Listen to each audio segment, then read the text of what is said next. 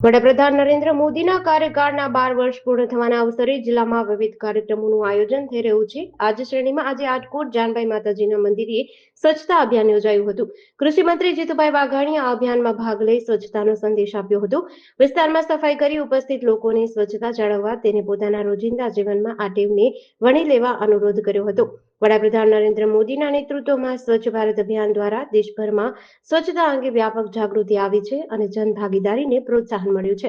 છેલ્લા 12 વર્ષ દરમિયાન ગરીબ કલ્યાણ, મહિલા સશક્તિકરણ, ખેડૂતોના વિકાસ, ડિજિટલ ઇન્ડિયા, આત્મનિર્ભર ભારત અને સ્વચ્છ ભારત જેવા ક્ષેત્રોમાં નોંધપાત્ર પ્રગતિ થઈ છે। જાનભાઈ ખોડલમાં ના સાનિધ્યમાં એમના પવિત્ર સ્થાન ઉપર એટલે કે મંદિર ઉપર જાનભાઈ ખોડલમાંની સેવા કરવાનો આજે ભારતીય જનતા પાર્ટી રાજકોટ જિલ્લાના માનનીય અધ્યક્ષ અલ્પેશભાઈ, રાજકોટ તાલુકા ભાજપના પ્રમુખભાઈ શ્રી જગીતભાઈ, તાલુકા પંચાયત, જિલ્લા પંચાયત, તાલુકાના અને જિલ્લાના સૌ પદાધિકારીઓની વિશેષ હાજરીમાં સમગ્ર ભારત વર્ષમાં આજે ગૌરવનો દિવસ છે। 4,399 દિવસ એ કોઈપણ વડાપ્રધાને જે ચૂંટાયેલા છે એમણે આ દેશમાં જનતાએ શાસન કરવાનો મોકો આપ્યો નથી।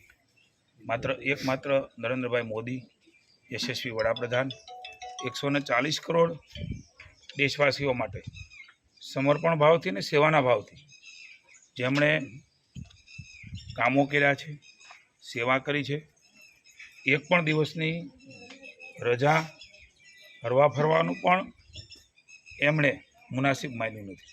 એવા યશસ્વી વડાપ્રધાન 12 વર્ષ એમના શાસનના અને 4,399 વર્ષ એ અવિરતપણે શાસનના થઈ રહ્યા છે ત્યારે એક ઐતિહાસિક ગૌરવની પળે આટકોટ મુકામે માના સાનિધ્યમાં સેવા પ્રકલ્પના ભાગરૂપે ભારતીય જનતા પાર્ટી આદરણીય નીતિન નવીનજીના માર્ગદર્શન નીચે, જગદીશભાઈ વિશ્વકર્માના પ્રદેશ પ્રમુખના માર્ગદર્શન નીચે, મુખ્યમંત્રી શ્રી ભૂપેન્દ્રભાઈ, યશસ્વી વડાપ્રધાન અને ગૃહમંત્રી અમિતભાઈ શાહ વગેરેના માર્ગદર્શન નીચે સમગ્ર રાજ્યમાં આ પ્રકારના આજે સ્વચ્છતાનો કાર્યક્રમ મોદી સાહેબે સ્વચ્છતા હી સેવા, સ્વચ્છતાને એક આંદોલન બનાવ્યું છે, જન આંદોલન, અને જનતાએ સ્વીકાર્યું છે। ત્યારે ભારતીય જનતા પાર્ટીના તમામ કાર્યકર્તાઓ એ આજે અલગ અલગ સ્થળો ઉપર સ્વચ્છતા માટેનું કામ કરી રહ્યા છે।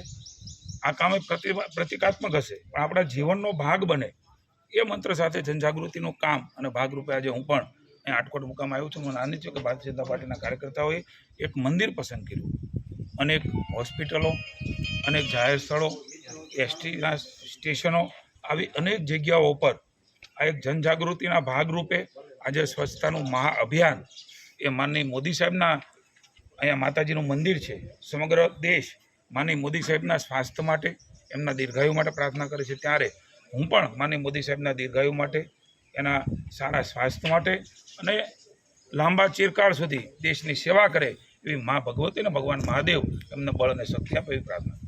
જીતુભાઈ, ખાસ કરીને આજે તમે સતત 1 કલાક કરતાં વધારે સમયથી સફાઈ કરતા હતા, જાતે જ બધું કરતા હતા, આમ કેવોક આનંદ આવ્યો? વર્ષોથી મારા મત વિસ્તારમાં પણ એક કાર્યકર્તા તરીકે ભારતીય જનતા પાર્ટીના જે સંસ્કારો છે એ સંસ્કારોના ભાગરૂપે માત્ર આપણું નહીં સૌનું ધ્યાન ખેંચાય રીતે પુનઃ એકવાર કહું છું કે આ કાર્યક્રમો પ્રતિકાત્મક હશે પણ એની અસરો એ દૂરોગામો સુધી છે। જે વ્યક્તિઓ જોડાયેલા મનમાં પણ કચરું ન ફેંકવું, સ્વચ્છતા રાખવી, મારા ઘરથી માંડીને જાહેર સ્થળો ઉપર અને રસ્તાઓ ઉપર પણ એક જનજાગૃતિના ભાગમાં સમગ્ર લોકો જોડાય છે। ત્યારે મને આનંદ છે, અંદરનું સુખ એ આવા સેવા પ્રવૃત્તિથી ભારતીય જનતા પાર્ટી હંમેશા કરતી હોય છે। ત્યારે એક સેવાનું કામ કરવાનો આનંદનો મોકો એ ભારતીય જનતા પાર્ટી રાજકોટે મને ભાઈ અલ્પેશભાઈ અને ટીમે આપ્યો, એમનો આભાર માનું છું।